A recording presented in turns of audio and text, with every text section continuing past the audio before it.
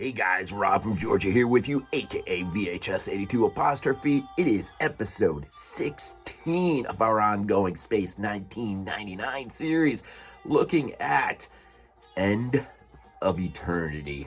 Directed by Ray Austin, another entry from him. And I've said this once or twice before in the last 15 episodes. I really do think this really might be, if it's not my favorite, man, it is in my top 3 of year one for sure. And I think it's locked. I don't think it's going anywhere. And it got me to thinking maybe at the end of year one, I ought to do a quick ranking. I don't know, man. That's tough when you're ranking TV shows, episodes in order. But I don't know. I may just maybe do a quick top, 10 of my favorite episodes, maybe real quick.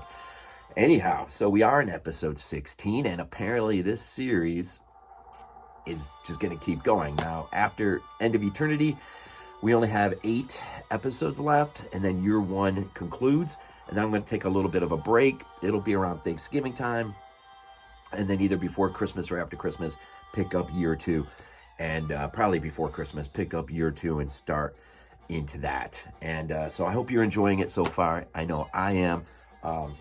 Again, I've said this plenty of times, but one of the best Christmas presents I've gotten in a long time is just being able to relive each and every episode of this. Shout Factory put this out, year 1, year 2, and a supplemental disc, and a few documentaries in there, including John Kenneth Muir, who wrote Space 1999, a really perfect reference guide for this TV show. I'm living by it, man. I'm living by it. I don't necessarily agree with everything Muir says, but to a large degree, I absolutely do share his love for the series, and it has just been a blast. It has been a blast. So, episode 16, real quick, because I feel like crap, man. My sinuses and everything else. End of Eternity, guest star Peter Bowles, who I think is one of the most outstanding villains in all of cinematic history. TV, both cinematic. The only horror movie I think he ever was in was Legend of Hell House. Mostly British TV, Sherlock Holmes, and just a ton of... This guy, man, this guy knows how to bring just this persona, man, this level of intimidation. You see it on his facial expression. Okay, so what is the story? So this asteroid comes, a little too close to the moon for comfort. So they go investigate like they do, because you got to keep busy when you're just floating through space, right? And so they determine, because I think they're going to blow it up into smithereens, but they determine that somewhere within this asteroid, there is a pocket of atmospheric oxygen. And so now it becomes, well, let's see what's in it. And one of the things that Muir says, and I'm sort of half and half with, what really gets Moonbase Alpha into trouble is their level of curiosity. But that's what in part makes man so bold and so courageous, is his level of curiosity and his willingness to, well, let's, as Star Trek said, go boldly where no man has gone before. Of course, when I say man, I'm being all inclusive, right? Where no one has gone before. This level of curiosity ought to be celebrated, but yes, at times it can get us into trouble. And in this case, they do tamper with another world's justice, and it nearly is their undoing. So what do they find in the middle of this asteroid? They find a man by the name of Balor, who is really sort of a Satan archetype type figure, who is cast out of his world. It's funny when you see the beginning of this and some of the backdrop info, it really does remind you of the beginning of Superman in 77, when you see, I think it was 77, right? When just the whole judgment on the 3 and casting them into, their prison that is supposed to last for eternity. And this guy has been cast out because apparently they have found the answer to eternal life, and it has to do with the regenerative power of cell structure.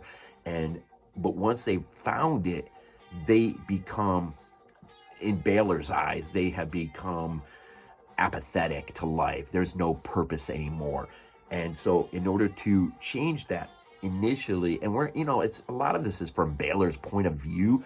So it's really what we're given is in terms of what was the other side is really subjective, but we're sort of given a pretty clear picture just by Balor's actions, really. And he, when he tries, and I think he's not alone, when they try to reverse this, the people do not want to lose their immortality. Who would? But they're also blind to what it's done to them, apparently. And so he wants to reverse it. And when he can't, he does something else, man. He starts implementing this sort of psychological reign of terror, that is maybe unparalleled in history. You're never really given specific concrete example of really what he does, but what you do see is when they uncover his tomb, he's been locked in a tomb inside this asteroid. When they go in, accidentally blowing the main door off the main door lock, and in so doing, they injure him only temporarily. And when they go into his tomb, not knowing really it is a prison cell, they find these paintings, and I'm telling you, these are some of the most horrific looking paintings I've ever seen, man. It's almost kind of like if somebody could just take a trip into hell and had the gift of just painting a few paintings of what they saw, this would be it. I mean, it gets under your skin almost, man, but it helps paint the stage for this character and who he is and what he's going to be bringing to Moonbase Alpha. So anyways, they bring him back because, they want to try to save him. They don't understand all what's going on. Of course, Koenig, being the cynic he is, starts to piece things together pretty quick, but not quick enough. And they get him back, and ultimately, though, he dies. Or at least they think he dies. But then his body, of course, regenerates, and he sort of comes back, and of course, is a bit freaked out, as you can imagine. Think of the alien from Thing when woken up out of the ice. Gets a little bit of, totally freaked out moment. And but eventually things calm down, and him and Koenig start to have some conversations. But then it doesn't take long for Balor to realize, wait, what I could not do with immortals, I can now do with mortals. And so he very quickly begins to show his cards, and it becomes very, very it's Koenig very quickly starts to realize that all of Moonbase Alpha is now going to be held as prisoners to this guy. And so what can you do with someone who is immortal and who has these powers over the mind and who can do things? And this guy, man, is diabolical, man.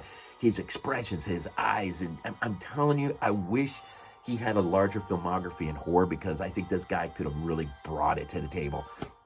And I've never seen The Legend of Hell House. I'm aware of it, I know of it, and I really do need to see it. And so I don't know how much of a role his character is in that movie, but I am really intrigued to just see something other than this episode with him in it, Peter Bowles. And so, so really that's really the stage for this.